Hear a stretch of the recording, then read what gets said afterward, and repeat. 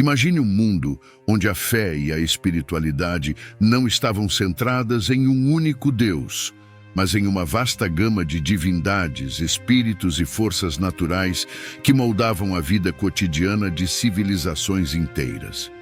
Um tempo em que as culturas mais antigas do mundo, espalhadas por diferentes regiões, cada uma com suas crenças e práticas religiosas únicas, tentavam entender o cosmos e o lugar da humanidade nele.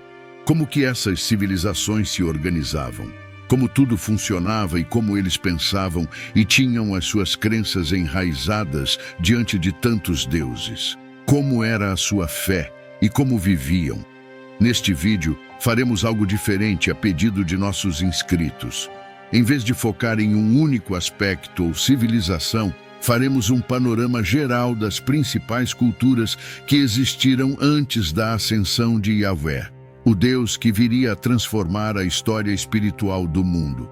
Vamos explorar as raízes religiosas das principais civilizações daquela época, algumas delas como os sumérios, os arapeus e os chineses, e entender como suas crenças e rituais moldaram o mundo antes da chegada de Yahvé. Prepare-se para uma viagem através do tempo e do espaço, onde veremos como essas civilizações antigas viviam, adoravam e compreendiam o divino. Este vídeo será uma jornada única, onde conectaremos todas essas histórias para desvendar como o mundo espiritual se desenvolveu antes da adoração de um Deus único. Vamos começar nossa jornada na antiga Mesopotâmia, um lugar que muitos consideram o berço da civilização. Imagine uma vasta planície entre os rios Tigre e Eufrates, hoje localizada no atual Iraque, mas que na antiguidade era o coração pulsante dos primeiros grandes centros urbanos da história. Os sumérios foram os pioneiros desse desenvolvimento, surgindo por volta de 3.500 a.C. Suas cidades-estado, como Ur, Uruk e Eridu, não eram apenas comunidades, mas verdadeiras potências políticas e religiosas da época. A Mesopotâmia, nome que significa terra entre rios, era uma região de contrastes. De um lado, tinha os férteis vales do Tigre e Eufrates, que transformavam o solo em um oásis agrícola, alimentando uma população crescente e permitindo o surgimento das primeiras formas de agricultura organizada. Essa fertilidade, no entanto, vinha a um custo. Os rios, embora fontes de vida, eram também caprichosos e imprevisíveis. As cheias, que podiam ser tão destrutivas quanto benéficas, obrigaram os sumérios a desenvolver técnicas avançadas de irrigação e controle de águas. Essa necessidade de dominar a natureza moldou não apenas sua sociedade, mas também suas crenças religiosas. A população suméria, estimada em dezenas de milhares de habitantes por cidade-estado, vivia em uma geografia que forçou a criatividade. O clima da Mesopotâmia era árido, com verões escaldantes e invernos frios, e a falta de recursos naturais como pedra e madeira fez com que os sumérios se tornassem mestres na construção com tijolos de barro. Eles criaram cidades inteiras a partir dessa matéria-prima, incluindo os famosos zigurates, enormes templos em forma de pirâmide que se erguiam ao céu, como se os próprios edifícios fossem uma ponte entre o mundo humano e o divino. Os sumérios acreditavam que seus deuses residiam nesses templos, e cada cidade-estado tinha sua própria divindade protetora. Essas divindades não eram apenas forças invisíveis. Eram consideradas tão reais e tangíveis quanto o solo sob os pés dos sumérios. O deus do céu Anu, por exemplo, era visto como o soberano supremo, enquanto Enlil, o deus do ar e do vento, era adorado por sua capacidade de controlar o clima, uma preocupação constante em uma região onde uma boa colheita dependia do equilíbrio entre água e solo. Inanna, a deusa do amor e da guerra, era outra figura central no panteão sumério, simbolizando a dualidade da vida, a criação e a destruição, a paz e o conflito. Mas a adoração suméria ia além das simples preces e rituais. Ela estava intrinsecamente ligada ao funcionamento da sociedade. Os sacerdotes, que serviam nos templos, não apenas conduziam cerimônias religiosas, mas também governavam aspectos importantes da vida diária, como a distribuição de alimentos e a administração da justiça. Na verdade, o templo era o centro econômico e administrativo de cada cidade-estado, mostrando como a religião e o poder estavam profundamente entrelaçados. Em termos de organização social, a sociedade suméria era estratificada. No topo estavam os sacerdotes e a nobreza, seguidos pelos artesãos, agricultores e trabalhadores comuns. E, finalmente, os escravos, que geralmente eram prisioneiros de guerra ou indivíduos endividados. Essa hierarquia social refletia a própria estrutura do cosmos sumério, onde cada deus ocupava um lugar específico e tinha uma função definida no grande esquema da criação. O impacto dessa civilização na história mundial não pode ser subestimado. Os sumérios foram os criadores da escrita cuneiforme, uma das primeiras formas de escrita da humanidade, utilizada inicialmente para registros comerciais, mas que rapidamente se expandiu para incluir literatura, leis e tratados. A Epopeia de Gilgamesh, uma das obras literárias mais antigas do mundo, é um testemunho da riqueza cultural e espiritual dos sumérios, refletindo suas crenças sobre a vida, a morte e a busca pela imortalidade. No entanto, enquanto os sumérios adoravam suas diversas divindades e erguiam templos em sua honra, Yahvé, o Deus único que mais tarde se tornaria central na fé dos israelitas, observava essas práticas de longe. Para Yahvé, a Mesopotâmia era uma terra de grande potencial, mas também uma terra de grande corrupção espiritual.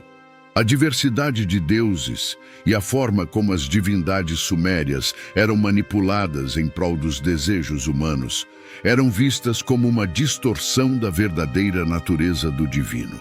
Yahvé, na visão das escrituras hebraicas, não estava apenas distante dessas práticas, mas as via como um afastamento da adoração verdadeira, que deveria ser dedicada a um único e supremo Criador, e não fragmentada entre inúmeras entidades com características humanas. À medida que olhamos para a forma como os sumérios entendiam o mundo, vemos uma civilização que se esforçava para compreender e controlar seu ambiente através da religião, da tecnologia e da organização social. A constante luta para dominar a natureza, seja através da construção de complexos sistemas de irrigação ou da elevação de zigurates, revela uma sociedade que via os deuses como parceiros e adversários em uma batalha contínua pela sobrevivência e prosperidade. Porém, essa relação com o divino, tão intrinsecamente ligada à natureza e à necessidade, contrastava profundamente com a visão que Yahvé traria ao mundo. Uma visão de um Deus que não precisava de templos ou rituais elaborados, mas de fé e obediência sincera. Mas o que acontecia fora das fronteiras da Mesopotâmia? Enquanto os sumérios construíam suas cidades e moldavam suas crenças, outras civilizações estavam emergindo em diferentes partes do mundo, cada uma desenvolvendo suas próprias visões de divindade e poder. Movendo-se do fértil crescente da Mesopotâmia para o sul, chegamos às margens do rio Nilo, onde uma civilização não menos fascinante começava a se formar. Agora, vamos deixar as margens dos rios Tigre e Eufrates e nos aventurar para o sul, até a terra dos faraós, onde um dos impérios mais icônicos da história floresceu às margens do Nilo, o Antigo Egito.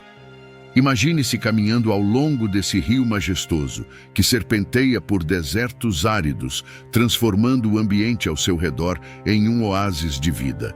Era aqui, em torno dessas águas que sustentavam toda a existência, que o Egito Antigo se erguia, majestoso e imponente, desde aproximadamente 3100 a.C.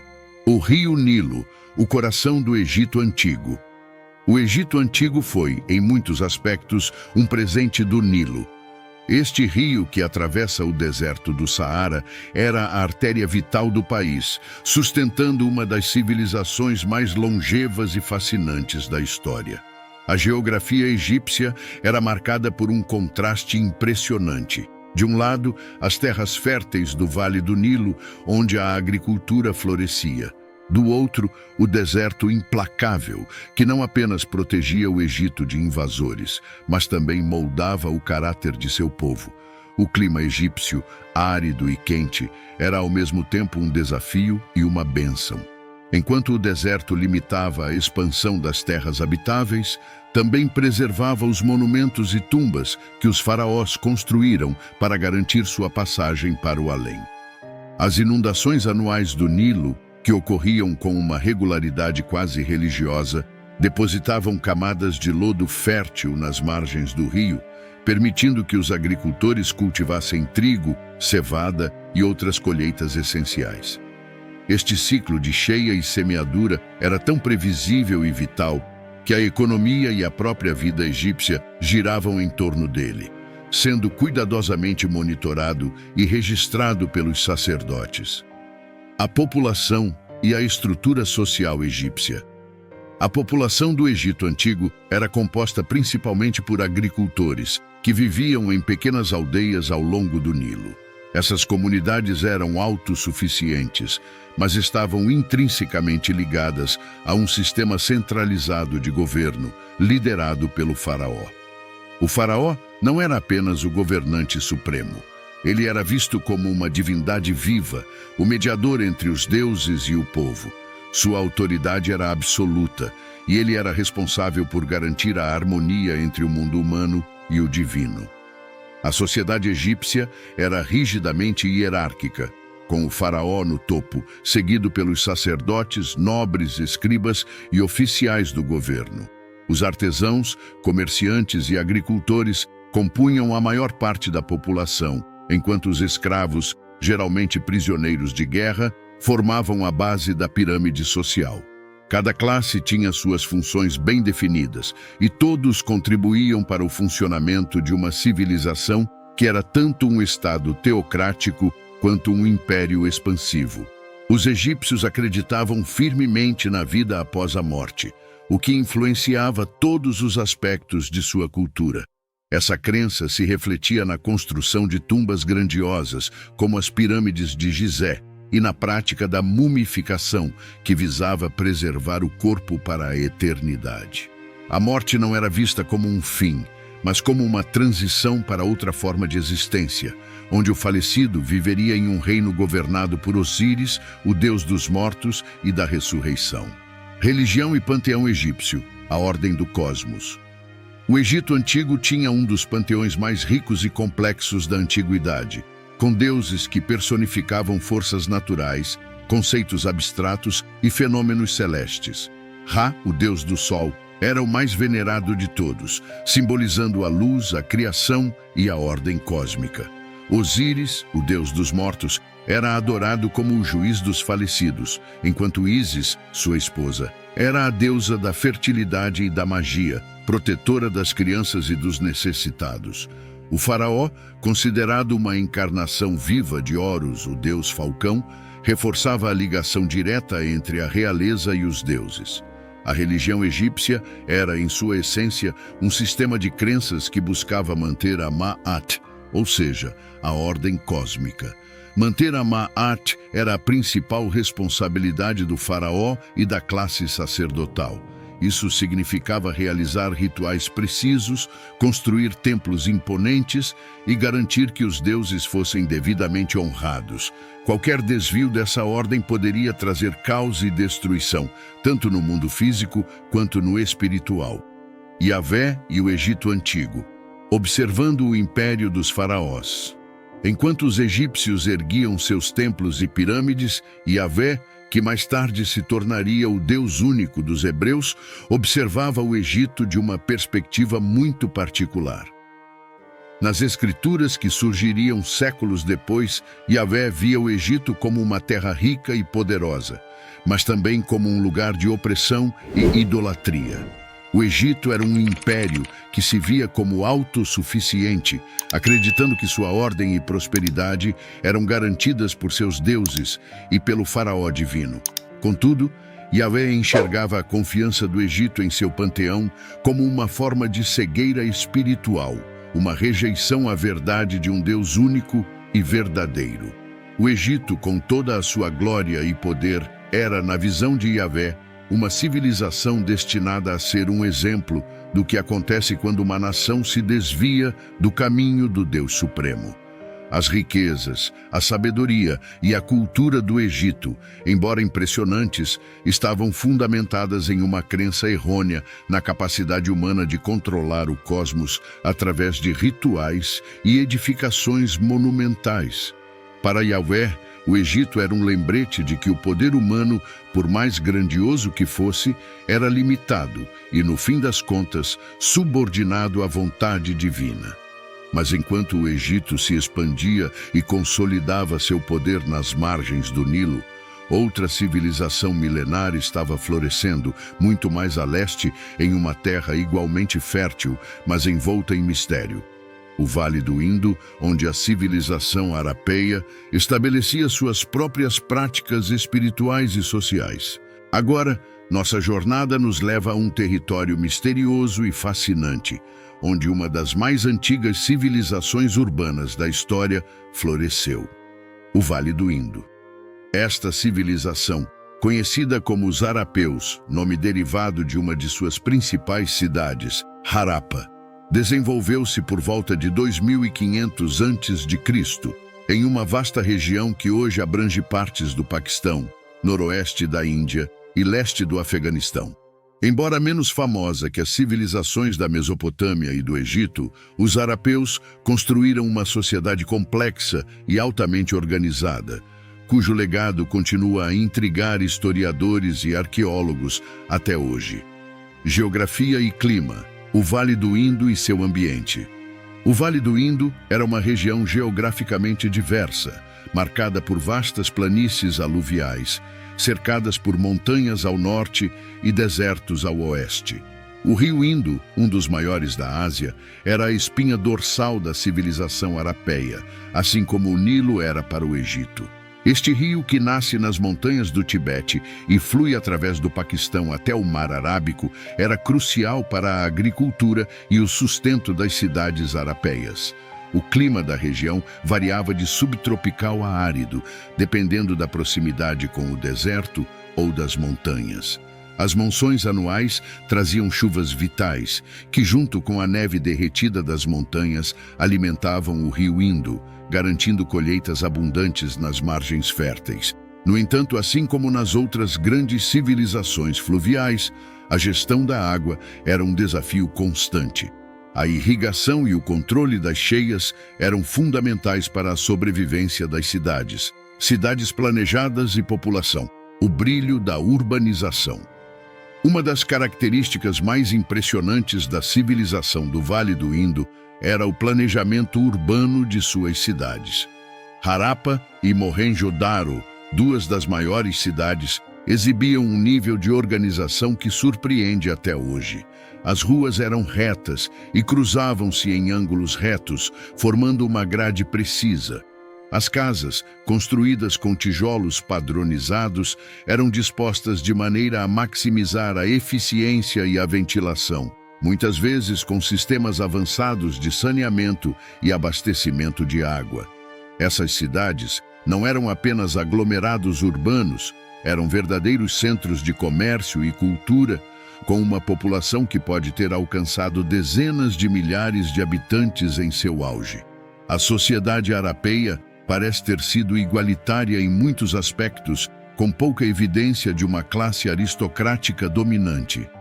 As casas eram relativamente uniformes e os espaços públicos, como banhos e mercados, indicam uma preocupação com o bem-estar coletivo.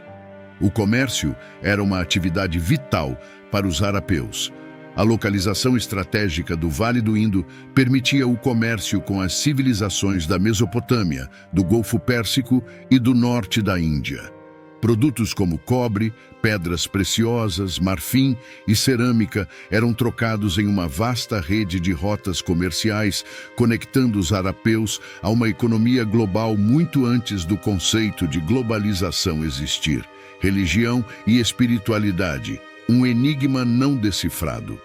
Quando falamos sobre a religião dos arapeus, entramos em um campo de mistério. A ausência de textos religiosos decifráveis torna difícil reconstruir as crenças espirituais dessa civilização. No entanto, a evidência arqueológica, como selos e esculturas, sugere que a religião arapeia era profundamente conectada à natureza e à fertilidade. Um dos símbolos mais recorrentes é o do touro, que parece ter tido um papel central nas práticas religiosas, possivelmente como um símbolo de força e fertilidade. Esculturas encontradas em ruínas mostram figuras que podem representar deuses ou espíritos, muitas vezes em posturas de meditação ou cercadas por animais, indicando um possível culto à natureza ou uma protoforma de yoga.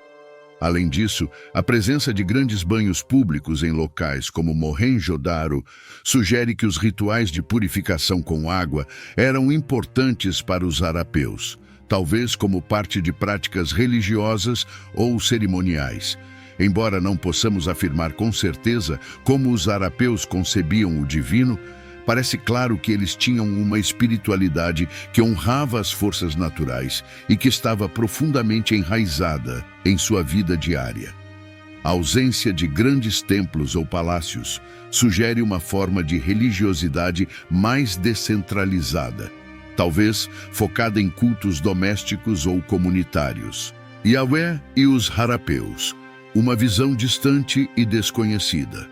Do ponto de vista de Yahvé, como entendido mais tarde pelos hebreus, a civilização arapeia seria vista como uma terra distante e desconhecida, onde os homens adoravam forças que não compreendiam completamente. Para Yahvé, a adoração de símbolos naturais e a reverência a animais como o touro seriam sinais de uma conexão perdida com o verdadeiro Criador, uma adoração focada nas criações em vez do Criador em si. O silêncio das escrituras hebraicas sobre os arapeus pode ser interpretado como uma distância tanto geográfica quanto espiritual, onde Yahvé permitia que essa civilização seguisse seu curso sem a intervenção direta que marcaria a história das civilizações mais próximas. O Vale do Indo, com seu silêncio espiritual e enigma não decifrado, representava um mundo que existia à margem da narrativa que Yahvé traçaria através de seus profetas.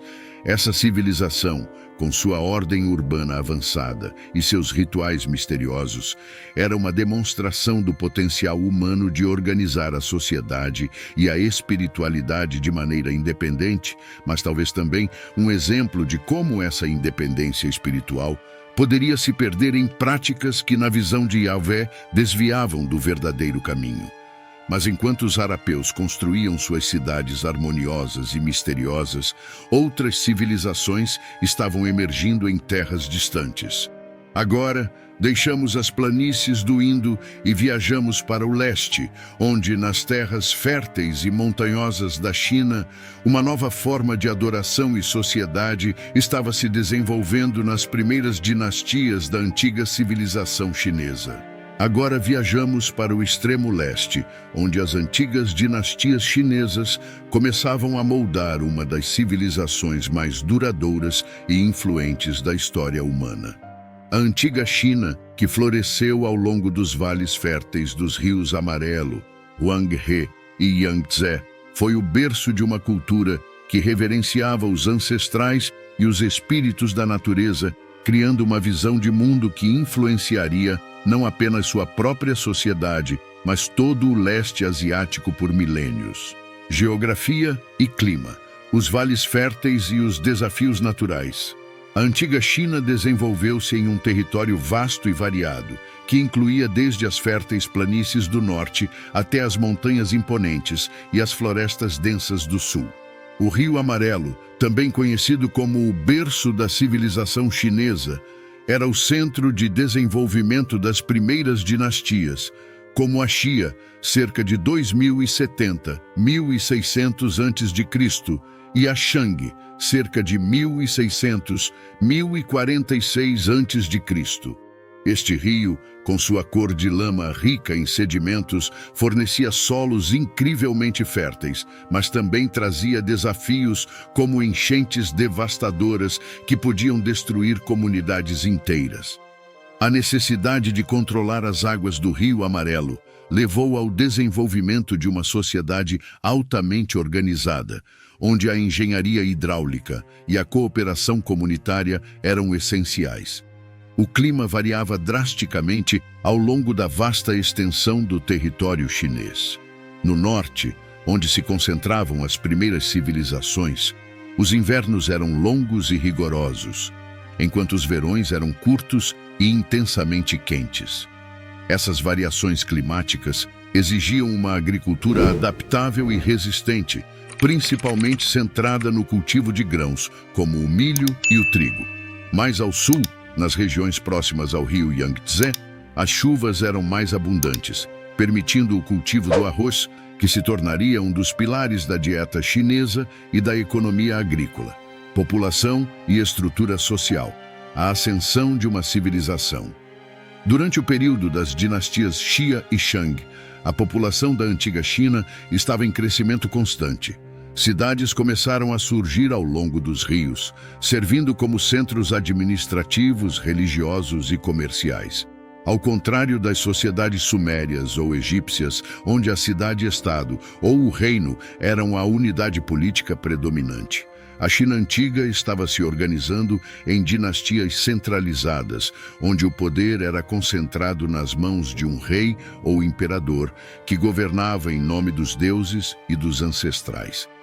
A estrutura social chinesa era hierárquica e rígida, com o rei ou imperador no topo, seguido por uma nobreza guerreira e sacerdotal que controlava as terras e os recursos.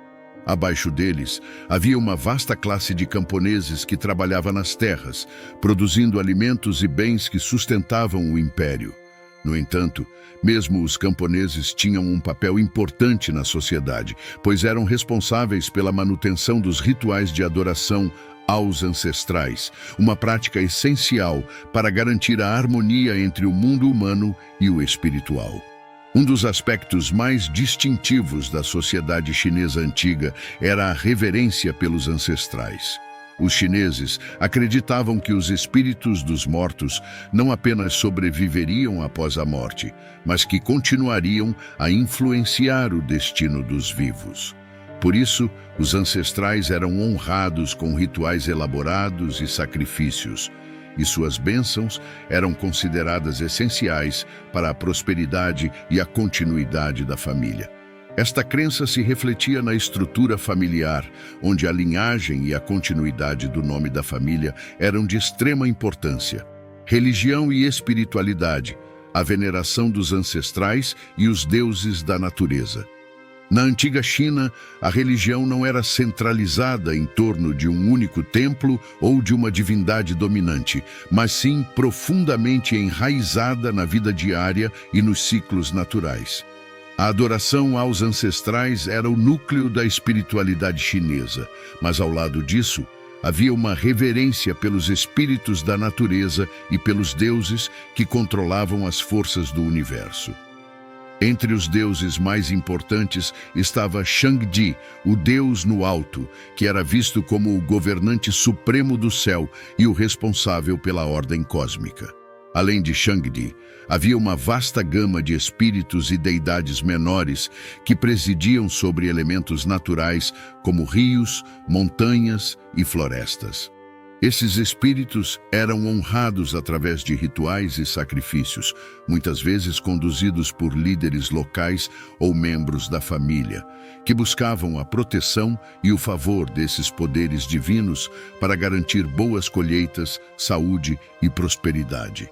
A crença na harmonia entre o céu, a terra e a humanidade era fundamental na espiritualidade chinesa, e qualquer desequilíbrio entre esses elementos poderia resultar em desastres naturais ou sociais. A antiga China também desenvolveu práticas divinatórias sofisticadas, como a leitura dos ossos oraculares, que eram usados para consultar os deuses e os ancestrais sobre questões importantes, desde a guerra até as colheitas. Essas práticas revelam uma civilização profundamente preocupada com a ordem cósmica e o desejo de compreender e controlar os mistérios do universo. Yahvé e a antiga China, uma terra distante e desconhecida. Para Yahvé, tal como compreendido nas escrituras hebraicas que emergiriam mais tarde, a antiga China representava uma terra distante, tanto geograficamente quanto espiritualmente. Na visão de Yahvé, essa civilização, com sua reverência pelos ancestrais e espíritos da natureza, estava envolvida em uma busca incessante por ordem e harmonia, mas talvez carecesse da compreensão de uma única verdade divina. Yahvé, que se revelaria como o único Deus verdadeiro, via as práticas religiosas chinesas como um reflexo da busca humana pelo divino, mas também como um afastamento da revelação completa de sua soberania.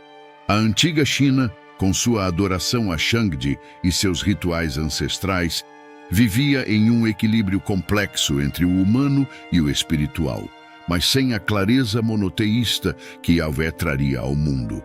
Para Yahvé, a ordem cósmica que os chineses tanto valorizavam era de fato importante, mas deveria ser entendida como parte de um plano maior, governado por um único Criador que estava acima de todas as forças naturais e espirituais. Mas enquanto a antiga China se esforçava para manter sua harmonia interna e sua conexão com os ancestrais, outra civilização estava florescendo nas ilhas do Mar Egeu, desenvolvendo sua própria relação com o divino e moldando uma cultura que influenciaria o mundo ocidental. Agora, viajamos para o Mediterrâneo, onde a civilização minoica estava prestes a deixar sua marca na história. Agora deixemos as terras férteis e as vastas planícies da Ásia e nos aventuremos para o coração do Mar Egeu, onde uma civilização vibrante e enigmática floresceu. A civilização minoica.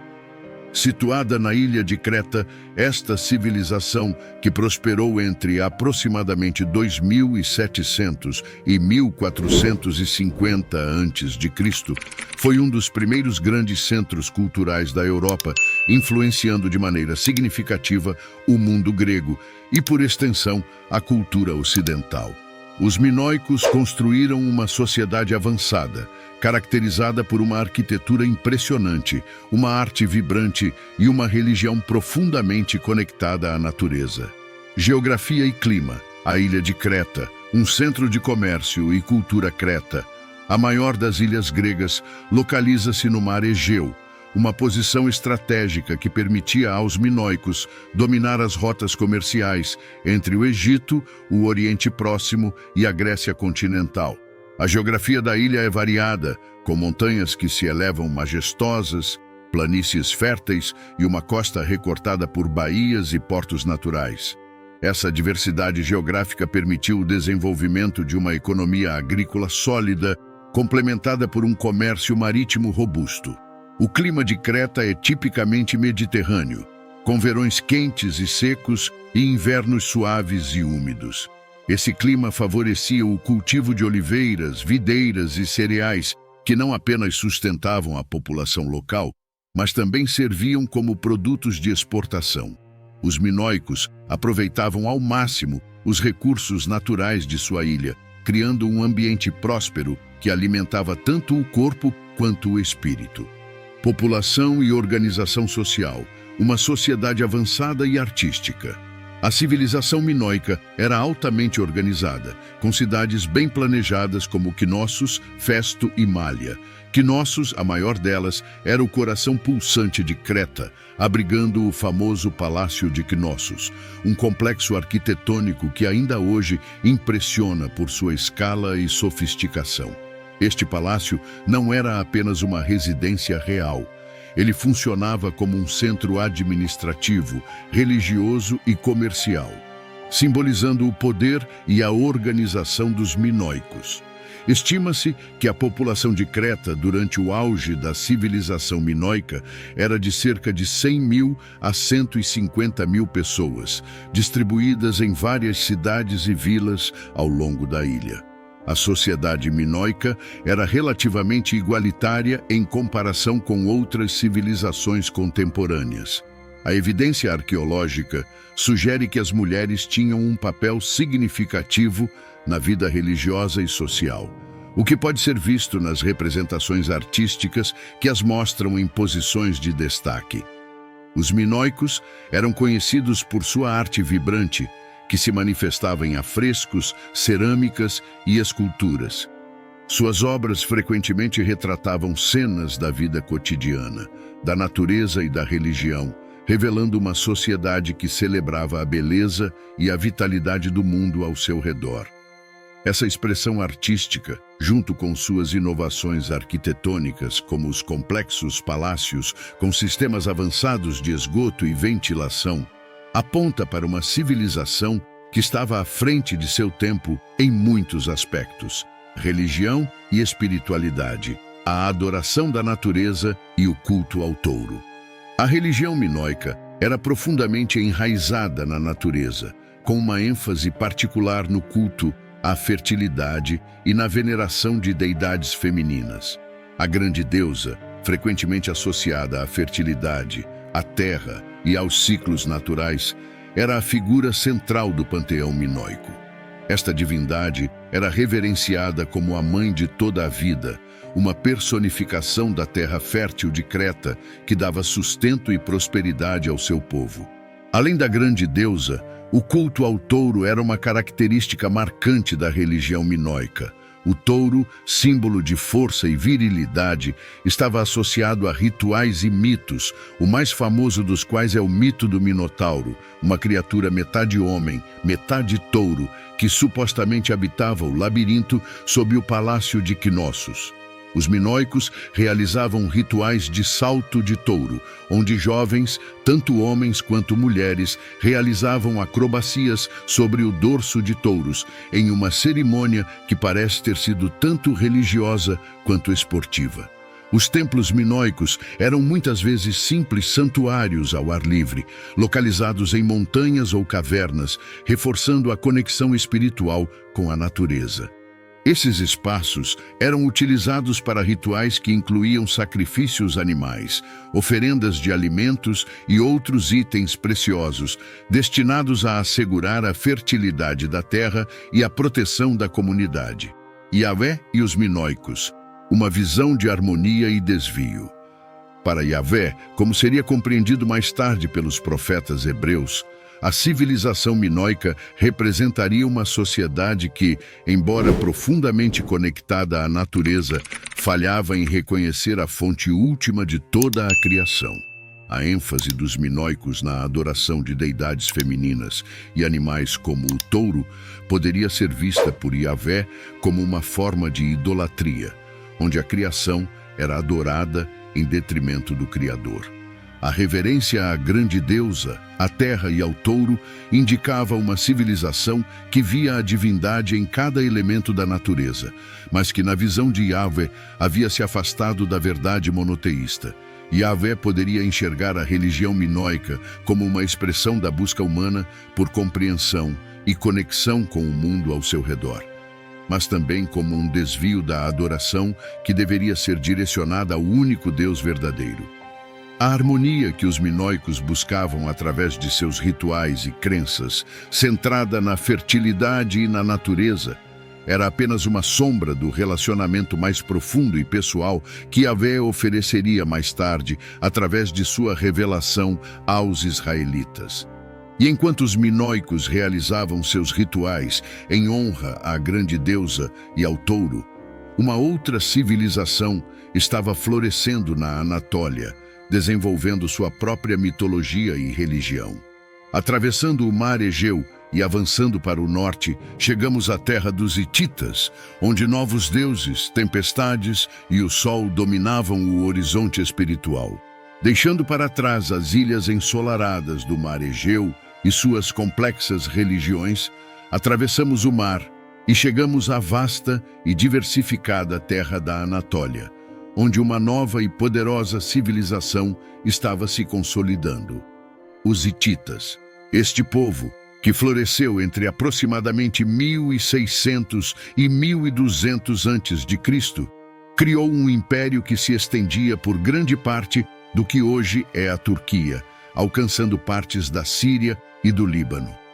Os hititas eram uma força a ser reconhecida tanto militarmente quanto culturalmente, e seu legado perdura até hoje, principalmente em sua fusão única de tradições culturais e religiosas.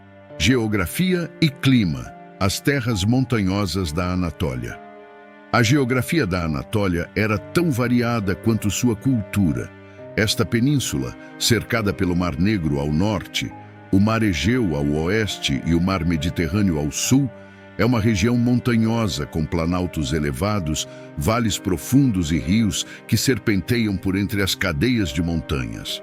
Os hititas estabeleceram sua capital em Hatusa, uma cidade fortificada situada nas montanhas ao norte da Anatólia Central. Esta localização estratégica, cercada por colinas e protegida por muralhas imponentes, fazia de Hattusa não apenas um centro político, mas também uma fortaleza quase inexpugnável. O clima da Anatólia varia conforme a altitude e a proximidade do mar. As áreas mais elevadas, como aquelas em torno de Hattusa, experimentavam verões quentes e secos, seguidos por invernos rigorosos com neve abundante. Nas regiões costeiras, o clima era mais ameno, com chuvas mais frequentes e uma vegetação mais densa. Esta diversidade climática influenciava diretamente a economia hitita, que dependia tanto da agricultura de cereais nas planícies, quanto da criação de gado nas regiões montanhosas. População e estrutura social, um império multifacetado. O Império Hitita era uma fusão de vários grupos étnicos e culturais, o que se refletia na diversidade de sua população. A sociedade hitita era altamente hierárquica, com o rei no topo, seguido por uma nobreza guerreira que controlava as terras e os exércitos. Abaixo da nobreza havia uma classe de artesãos, comerciantes e agricultores que sustentavam a economia do império. Além disso, os hititas mantinham um grande número de escravos, muitos dos quais eram prisioneiros de guerra ou capturados em raids. Hattusa, com sua população estimada em várias dezenas de milhares de habitantes, era o coração do império. A cidade era um exemplo da organização e da habilidade dos hititas em arquitetura e planejamento urbano. Comportava palácios, templos, armazéns e vastos sistemas de defesa, incluindo portões monumentalmente decorados e muralhas maciças. O Palácio Real era o centro do poder político e religioso, onde o rei, considerado o representante dos deuses na terra, governava com mão firme. A estrutura social hitita refletia a natureza militarista do império. Os guerreiros eram altamente valorizados e desempenhavam um papel crucial, tanto na expansão quanto na defesa do território. No entanto, o sistema de leis hitita, um dos mais antigos e avançados da época, mostrava um equilíbrio entre a autoridade do rei e os direitos dos indivíduos. As leis hititas cobriam uma vasta gama de questões, desde disputas de terras até crimes graves, e eram conhecidas por serem mais brandas e humanitárias em comparação com outras leis contemporâneas, como as da Babilônia. Religião e mitologia, uma fusão de deuses e crenças. A religião hitita era uma tapeçaria rica e complexa de crenças que incorporavam elementos de várias culturas vizinhas. O panteão hitita era vasto, com mais de 1000 deuses adorados em todo o império. Esta diversidade de deidades refletia a natureza multicultural do império, que absorveu influências da Mesopotâmia, da Síria e das culturas indígenas da Anatólia. Texu, o deus da tempestade, era um dos deuses mais importantes e era visto como o soberano do panteão hitita. Ele era adorado como o controlador das chuvas e das colheitas, sendo uma figura central para uma sociedade dependente da agricultura. Ao lado de Texub, Arina, a deusa do sol, desempenhava um papel vital como guardiã da justiça e da ordem. Juntos, esses deuses simbolizavam o equilíbrio entre as forças da natureza e a necessidade de ordem e justiça no mundo humano. Os hititas acreditavam que os deuses estavam profundamente envolvidos nos assuntos humanos e que, para garantir sua proteção e favor, era necessário realizar rituais e sacrifícios regulares. Os templos eram centros de vida religiosa e social, onde os sacerdotes, considerados intermediários entre os deuses e os homens, desempenhavam um papel crucial na manutenção da harmonia cósmica. A religião hitita também incluía práticas divinatórias avançadas, como a leitura das entranhas de animais e a observação de fenômenos naturais para prever o futuro e tomar decisões importantes. Esses métodos eram usados para consultar os deuses sobre questões de guerra, política e agricultura, refletindo a crença hitita de que os deuses guiavam e influenciavam todos os aspectos da vida. Yahvé e os hititas, a perspectiva de um Deus único. Para Yahvé, como seria mais tarde revelado nas escrituras hebraicas, o Império Hitita representava uma civilização poderosa, mas espiritualmente dividida. Na visão de Yahvé, o panteão vasto e diversificado dos hititas, com seus inúmeros deuses, refletia uma sociedade que ainda não havia compreendido a verdade de um Deus único. A adoração de deuses como Texub e Arina, enquanto expressões do poder e da ordem natural, desviava o foco da fonte verdadeira de todo o poder e ordem no universo.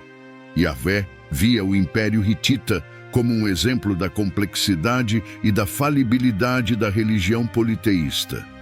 Embora os hititas buscassem garantir a proteção e o favor dos deuses através de rituais e sacrifícios, Yahvé considerava que esses atos, por mais sinceros que fossem, careciam da compreensão de que apenas ele, o único Deus verdadeiro, poderia oferecer a proteção e a justiça que os humanos tanto ansiavam. Enquanto os hititas construíam seus templos e realizavam seus rituais em busca da aprovação divina, uma nova força estava emergindo ao sul, nas terras da Canaã. Este povo, os cananeus, desenvolveria uma religião que influenciaria diretamente a futura adoração de Yahvé, preparando o terreno para uma transformação espiritual que mudaria o curso da história. Agora nossa jornada nos leva para o sul, onde nos encontramos nas terras da antiga Canaã, uma região que se estendia ao longo da costa leste do Mediterrâneo, abrangendo áreas do que hoje são Israel, Palestina, Líbano e partes da Síria e Jordânia. Entre aproximadamente 3.000 e 1.200 a.C., os cananeus desenvolveram uma civilização rica e complexa, cuja influência se estendeu por toda a região. Esta terra, repleta de colinas, vales e cidades fortificadas, seria palco de muitos eventos que moldariam a história espiritual da humanidade, incluindo o surgimento de Yahvé como o Deus único dos israelitas. Geografia e clima. A terra de Canaã, um encontro de culturas. A geografia da Canaã era tão diversificada quanto sua cultura. A região era uma encruzilhada de rotas comerciais e culturais, ligando o Egito ao sul, a Mesopotâmia ao leste e o Mediterrâneo ao oeste. Esta posição estratégica fazia de Canaã um ponto de encontro para mercadores, exércitos e ideias. As cidades cananeias como Jericó, Megido e Ugarit floresceram como centros de comércio e cultura, abrigando mercados vibrantes onde produtos e influências culturais eram trocados entre diferentes civilizações. O clima da Canaã era mediterrâneo, com verões longos, quentes e secos, e invernos suaves e úmidos. Esta combinação permitia a agricultura ao longo do ano, com as colinas férteis e os vales abrigando plantações de trigo, cevada, uvas e azeitonas. Canaã era uma terra de abundância, onde a fertilidade do solo era celebrada e venerada, influenciando diretamente as práticas religiosas da região. População e estrutura social. Uma sociedade de cidades-estado. A população cananeia era composta por diversos grupos étnicos e tribos que compartilhavam uma cultura comum, mas que também mantinham suas identidades regionais. Canaã não era um império unificado, mas sim uma rede de cidades-estado independentes, cada uma governada por seu próprio rei ou líder tribal. Estas cidades eram frequentemente fortificadas, com muralhas espessas para proteção contra invasores e rivais. A sociedade cananeia era hierárquica, com a nobreza e os sacerdotes no topo, seguidos por mercadores, artesãos e agricultores.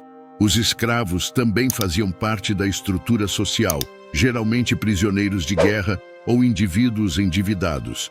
As cidades-estado cananeias eram centros de poder político e religioso, onde o rei desempenhava um papel duplo como governante e líder religioso, muitas vezes servindo como o principal sacerdote de sua cidade. Canaã era uma terra onde a religião permeava todos os aspectos da vida cotidiana. As práticas religiosas não eram confinadas a templos. Elas eram vividas nas casas, nos campos e nas ruas, com cada ato de vida cotidiana sendo uma expressão de devoção e reverência aos deuses. Religião e mitologia, o panteão cananeu e a adoração de Baal. O panteão cananeu era liderado por El, o Deus Supremo, que era visto como o pai de todos os deuses e o criador do universo. No entanto, o culto a Baal, o deus da tempestade e da fertilidade, era talvez o mais influente na vida diária dos cananeus. Baal era adorado como o senhor das colheitas e das chuvas, cujo favor era essencial para garantir a prosperidade agrícola de Canaã. Ele era frequentemente retratado com um raio na mão, simbolizando seu poder sobre o clima e sua capacidade de destruir ou abençoar as colheitas. A deusa Ashera, consorte de El, também desempenhava um papel central na religião cananeia. Ela era venerada como a mãe dos deuses, uma deusa da fertilidade e da maternidade, e seu culto estava associado a árvores sagradas e postes de madeira, conhecidos como Asherim, que eram comuns em santuários cananeus. Os cananeus acreditavam que os deuses estavam intimamente ligados à terra e à fertilidade, e suas práticas religiosas incluíam rituais destinados a garantir boas colheitas e a proteger a comunidade de desastres naturais. Sacrifícios, tanto de animais quanto, em alguns casos, de seres humanos, eram oferecidos aos deuses em troca de proteção e prosperidade. O culto a Baal era especialmente importante nas cidades-estado da Canaã, onde templos dedicados ao deus da tempestade eram comuns. Esses templos eram centros de adoração, onde os sacerdotes realizavam rituais elaborados para apaziguar Baal e assegurar sua bênção sobre a terra.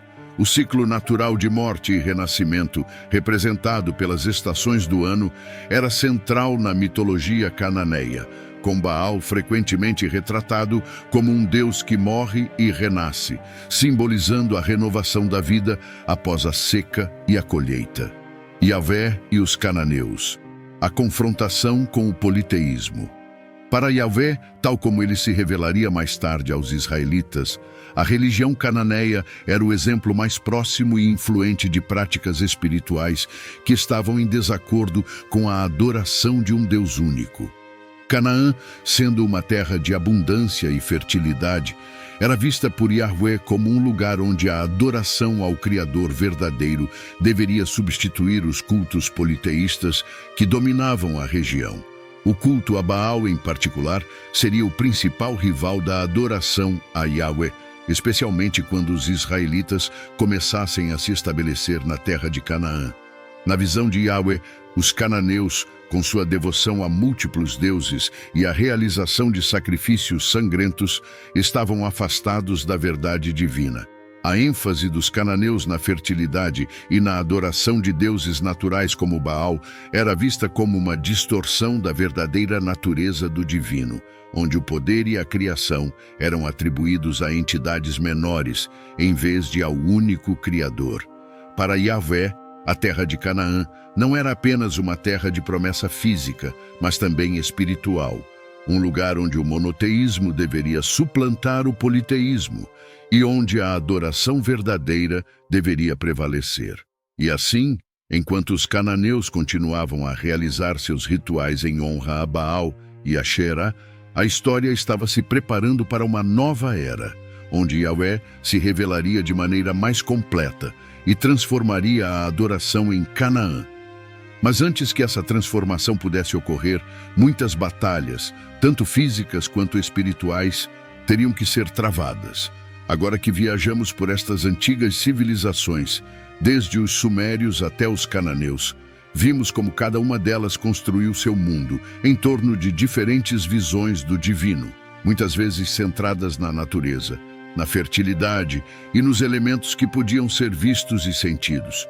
No entanto, enquanto estas civilizações floresciam e caíam, o plano de Yahvé para a humanidade continuava a se desdobrar, revelando-se através dos eventos que moldariam o futuro espiritual do mundo. Então não deixem de comentar abaixo o que mais lhe chamou a atenção sobre esse tema. E você gostaria de ver um vídeo específico sobre a continuação dessa história, de onde paramos? Comente abaixo. E não se esqueça de se inscrever no canal, deixar o seu like como forma de apoio, ativar o sininho de notificações para não perder nenhum vídeo e compartilhá-lo com o máximo de pessoas que você conhece.